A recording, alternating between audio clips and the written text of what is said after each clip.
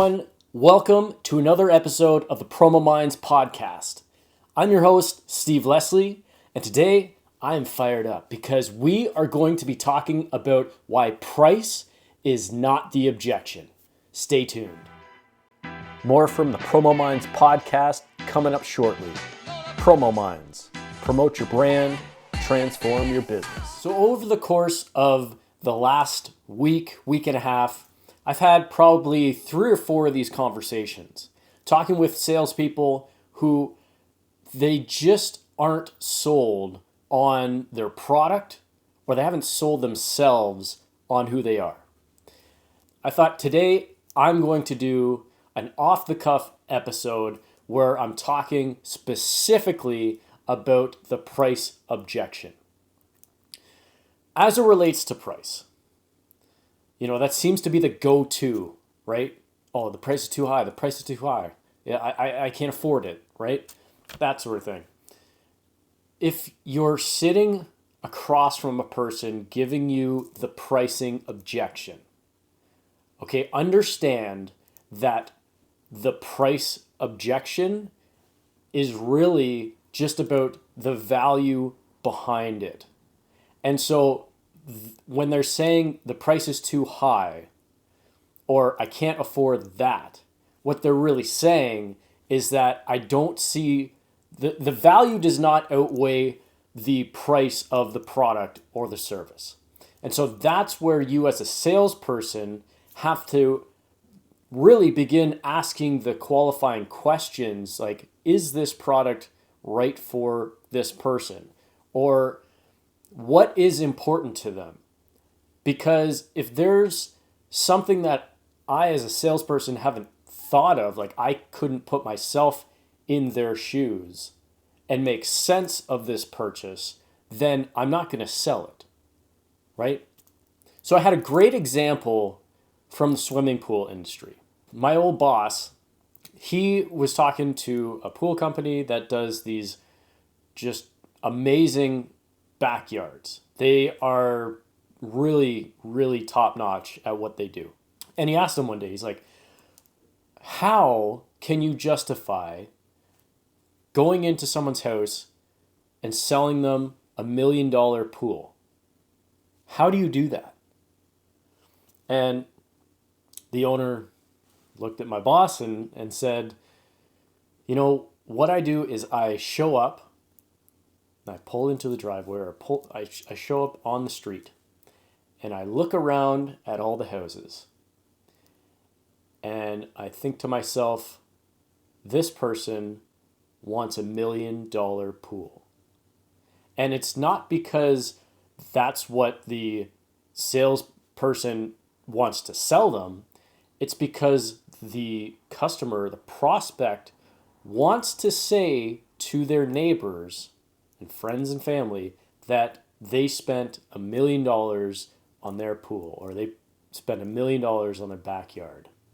Just looking at that behavior might turn you off. You might wonder, well, why the heck would you want to say that? Why would you keep up with the Joneses? But what if this person was in a business or profession where he's looking to recruit top talent? And by bringing people to his house and bringing them into the backyard and saying, this is what's possible. I spent $1 million on this. I can legit show you the receipts. I spent $1 million, no word of a lie. That's valuable to them. That's so valuable that they're willing to spend $1 million just to have that story.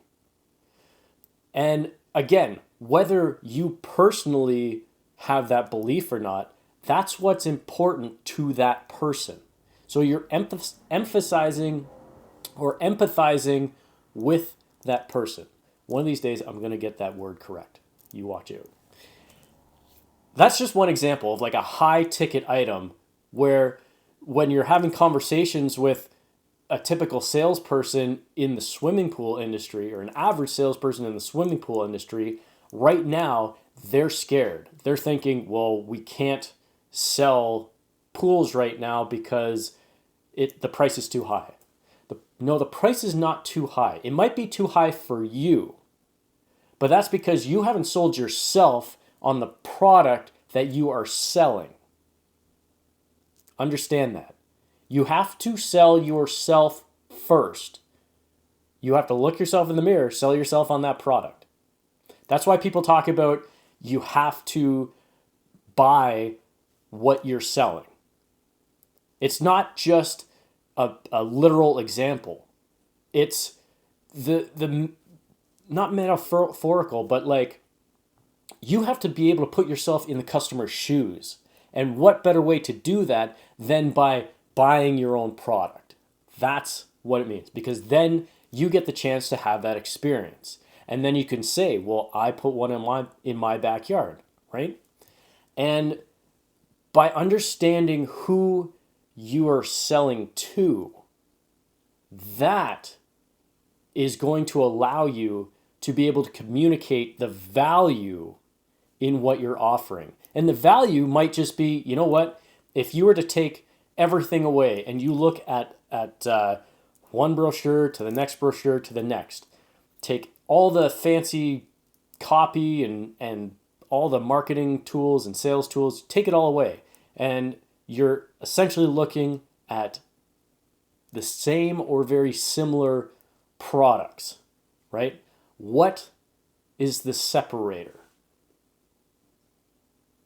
The separator isn't, oh, we have the discount on here and discount and discounting the price. No. It's in the quality of your work as a team.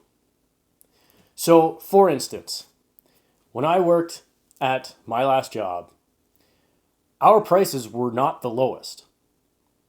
And yet, we continue to sell and increase our customer base each and every year. Now, why is that? Is it because we offer the lowest cost? No. It's because they knew when they called up and spoke to me or whoever else, they knew that first off, they could actually speak to a person, not a voice machine. And number two, that it would get taken care of immediately. There's value in that. I talked to a guy recently who's willing to spend an extra $1,000 to eliminate headaches so that he gets a product that he doesn't have to worry about. He knows it's going to work. It's going to fit. So think about the value that it brings, that your product or your service brings. And it might even be, hey, we're selling the exact same things. At my last place, we sold Hayward distribution items. Okay? You can go anywhere and buy a Hayward product. But understand that if your customer or your prospect goes down the street, you as a sales professional don't come with that product. They can go down to another store and they can ask for a product and they could walk away with a different product altogether because the customer service agent didn't really know what they were doing. Or maybe there was another component needed for that to work. Because that would happen all the time. They would ask for a P4. Okay, well, with the P4, do you want a remote? Do you want, are you hooking up a salt system? Like, there's questions to ask on top of that. And if they go to a store down the street, they might not get that. They might just get some Joe Blow that, oh, P4. And even if they get the P4, oh crap, I needed something else, right? So it's in those fine details. Understanding, like, another thing that we would get is people would come in, they would be buying plumbing fittings to plumb in their equipment. And I don't know how many times they would sit there and they would, oh, I need 4 elbows, I need 3 T's, I need 6 reducers, like they would calculate all this out per job, right? And then they would get hung up on whether or not they should grab another elbow or another fitting of some sort. These fittings, there were a couple that probably cost like, I don't know, like $10 or $20, depending on the rarity of them. And I'm just talking about the fit. Like there's some valves and stuff that would be more expensive, but an actual like elbow, you're looking at $1, maybe $2 by now. Like nothing, right? You're putting in a pool that's going to be like $100,000, and you're worried about whether or not you should get an extra elbow. That's $2. And so I would just say to them, I said, what would happen if you got to the site and you started plumbing this in, and then you realized, crap, I needed one more elbow. And then you had to drive your truck 20, 30 minutes across town just to pick up an elbow to go back. The value there is in spending the extra $2 and then saving like $30 on gas and, another whatever, $50, $100 on your time, right? Like that's the value, and you're communicating it. So I can't stress this enough, is like when people say it costs too much. Well, why are they saying that? Because the equation goes, when value is more than price, people will buy. And it's a matter of learning about your customer, finding if it makes sense to them. And again, you do want to be ethical in the fact of, if they simply can't afford it, and there's no way that they can see themselves affording it, or you can't explain that to them, then really you shouldn't be pushing it on them. I'm not advocating pushing it, but if they're coming to you with a problem and you can offer a different perspective, or you can understand what's important to them, and then to know your product or service and understand, is that viable? How can this work? And you think about that, and if it makes sense, then great. All right, I got a special one for you today. The book that you need to read in terms of pricing and as an objection is Sell or Be Sold by Grant Cardone. Now, I know some of you might be put off by him, and that's okay. But a lot of what he says is absolutely correct. So you may have a problem with his persona or his arrogance, but the methods he teaches is absolutely correct. So it really helps to put yourself in that mindset of understanding that price is not the objection, and to understand your customer even further so that you can help them get what they want, need, and desire. So that's Sell or Be Sold by Grant Cardone. All right, let's get back to the show. So my girlfriend, she wants a particular product of deodorant. Okay? Now this stuff regularly, the average person goes and picks this up, and it costs, $6-7 for like kind of the high end. I saw one last night. It was like $16, and I thought that was outrageous. She needs this stuff. It's like $28 a bottle, and the bottle is like one of those little things, little containers. It's like $28. Why are you paying $28 for this? Why? Because all the other stuff on the shelves, they all have this crap in it that doesn't just affect her, knowing that something could happen down the line, but literally will affect her tomorrow. So she looks for stuff that's not only natural, but a lot of the natural stuff, the deodorant might work for, an hour or two, right? She needs stuff that actually lasts. And so she's willing to spend like 4 times the amount to get a product that works. You see what I mean? And there's a lot of people out there that may be thinking to themselves, well, that's a that's $28. That's not, hundreds of thousands of dollars. Well, I gave you an example earlier about $1 million pool. Well, let me ask you this. Would you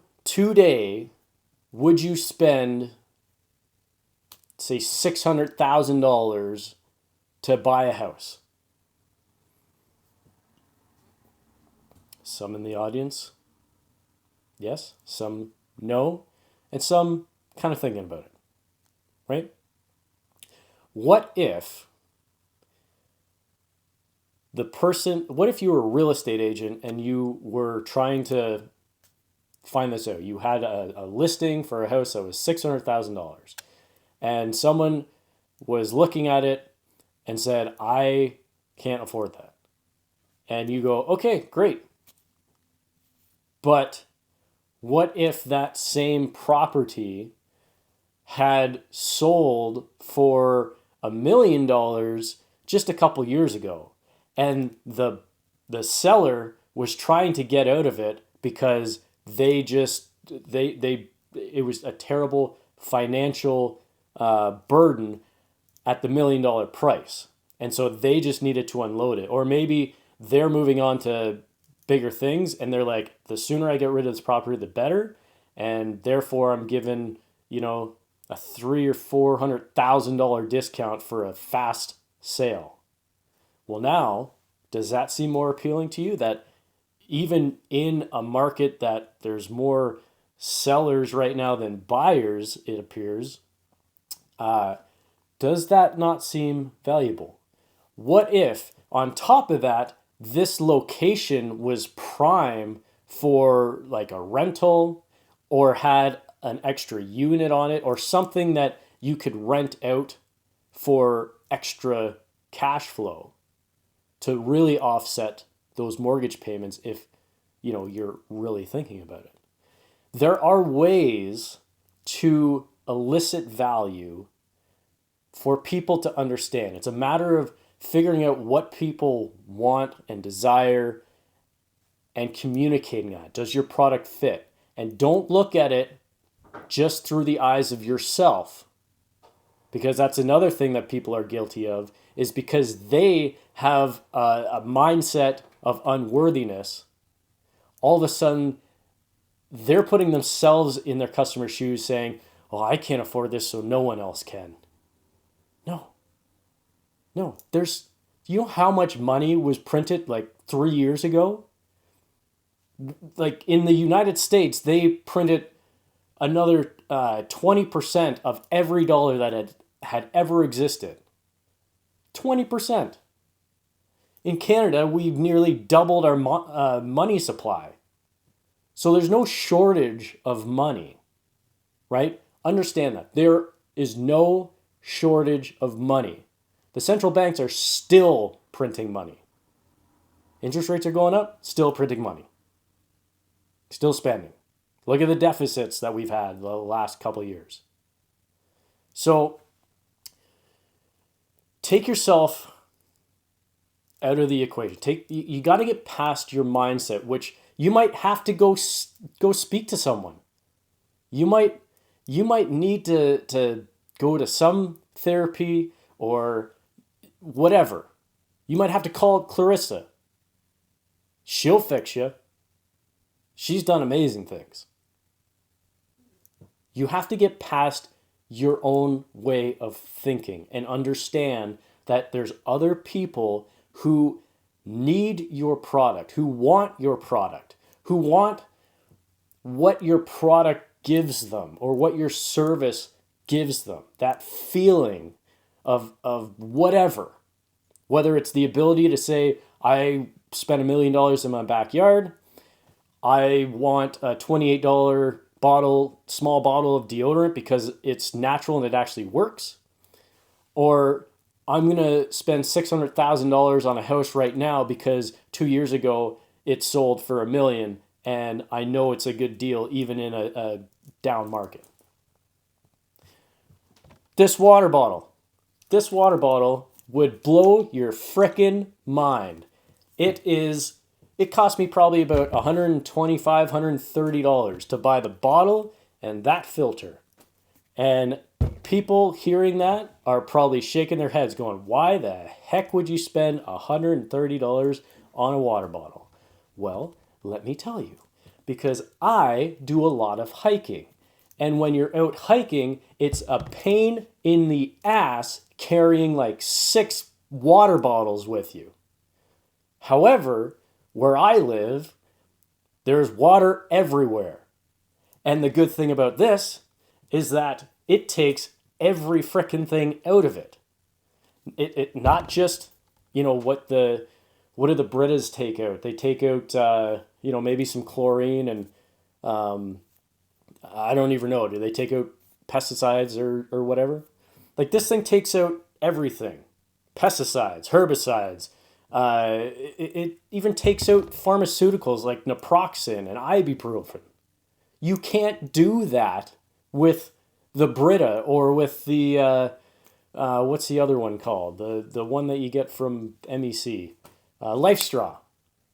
You can take out, the heavy metals and stuff, but the things that this thing does is freaking amazing. And the biggest thing, though, is the convenience.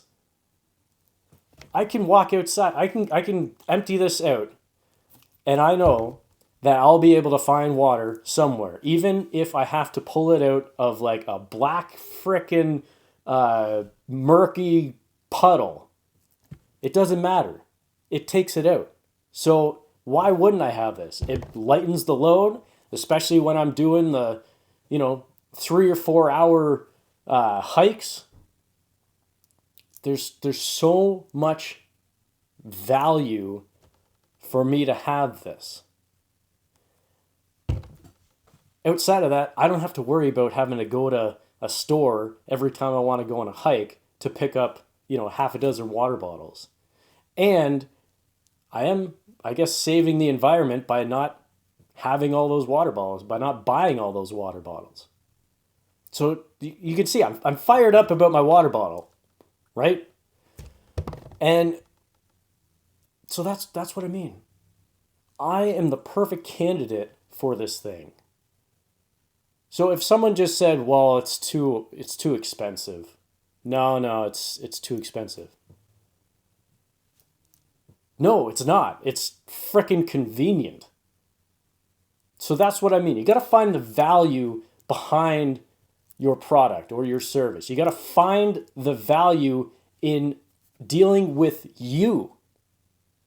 If you know that you are going to do whatever it takes to make sure that that customer is looked after and you're going to eliminate the headaches in their business, they're going to want to pay you the extra amount just to avoid those headaches. Because you know how costly those mistakes can be, especially in the pool industry.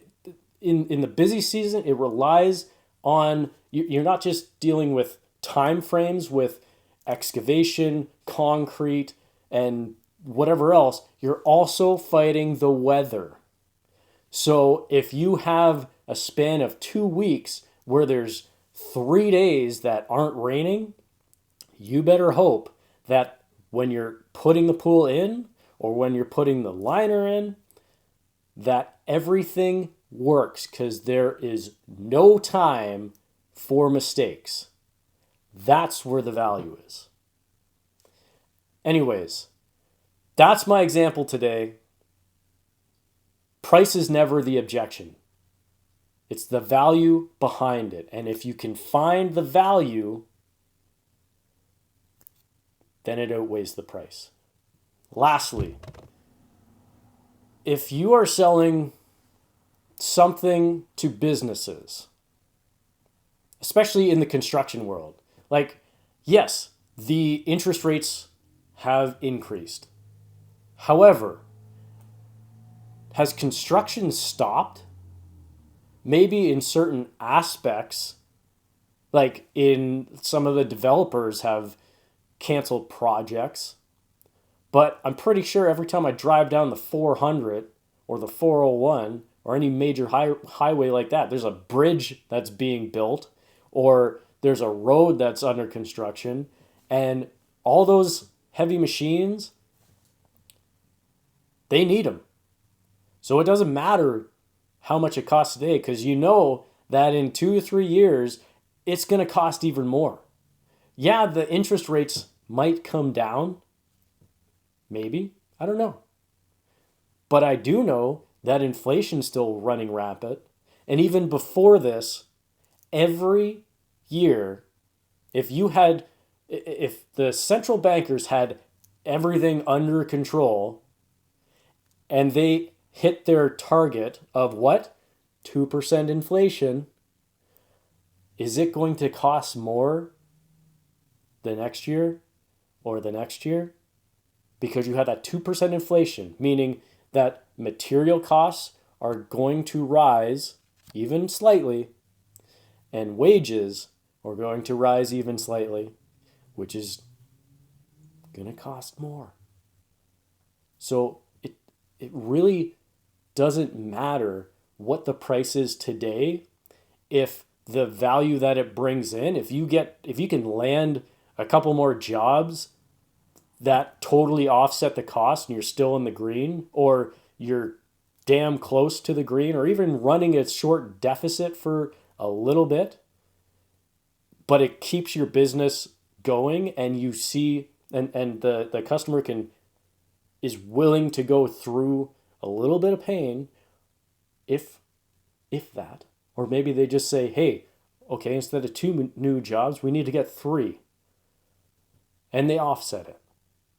So it's understanding the value that something brings as opposed to the price. And your job as a salesperson is to find that value, to take the customer's wants, needs, desires, and find out how that relates, how your product measures up to that. How does your product give your customer their wants, needs, desires? That's it. Communicate the value, and show up, show them that you're willing to serve them and that you'll be there for them. And if you can do that, it doesn't matter what the economy is doing. You just got to find the right people and communicate it effectively. So I hope that's been of value. And as always, I'm your host, Steve Leslie. Thank you for tuning in to another episode of the PromoMinds podcast. And until next time, actually, I am away next week, but I will be releasing more episodes. So until next time, take care.